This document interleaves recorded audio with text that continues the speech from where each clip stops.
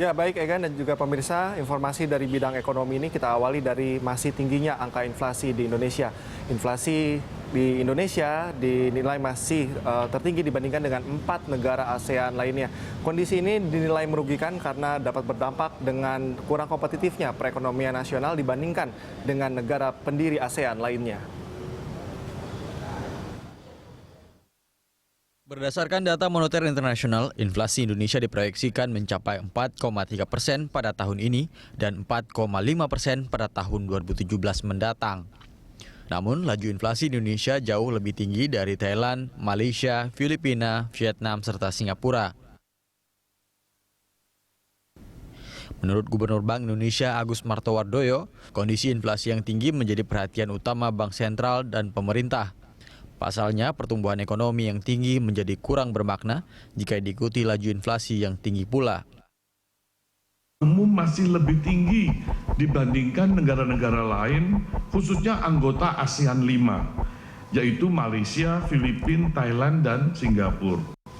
Yang negara-negara itu pada tahun 2015 mencapai inflasi 2,7%, 1,5%, minus 0,85%, dan minus 0,6%. Kita perlu mengupayakan langkah-langkah agar kesenjangan inflasi tersebut dapat dikurangi sehingga Indonesia dapat lebih memiliki daya saing di ASEAN. Dalam mengendalikan laju inflasi, BI telah bekerjasama dengan sejumlah kementerian membentuk 451 tim pemantau dan pengendali inflasi daerah. Tim ini bertujuan untuk memantau dan mengendalikan inflasi di daerah agar sesuai target yang ditetapkan Bank Sentral. Tim akan memantau dan mengendalikan sejumlah faktor pembentuk inflasi.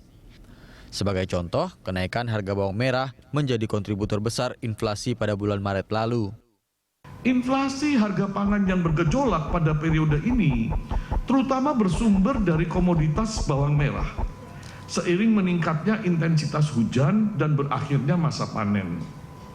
Inflasi di bulan Maret, bawang merah naik signifikan, yaitu mencapai kenaikan di bulan Maret itu sendiri 30,86%. Dalam 5 tahun terakhir, inflasi bawang merah bahkan mencapai 79% month to month pada Maret 2013. 60% month to month pada bulan Juli 2013 dan 35,7% pada Desember 2015.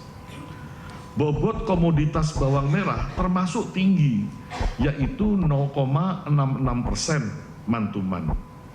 Jadi apabila kenaikannya lebih dari 10%, maka sumbangan bawang merah dapat mencapai lebih dari 0,07% terhadap inflasi.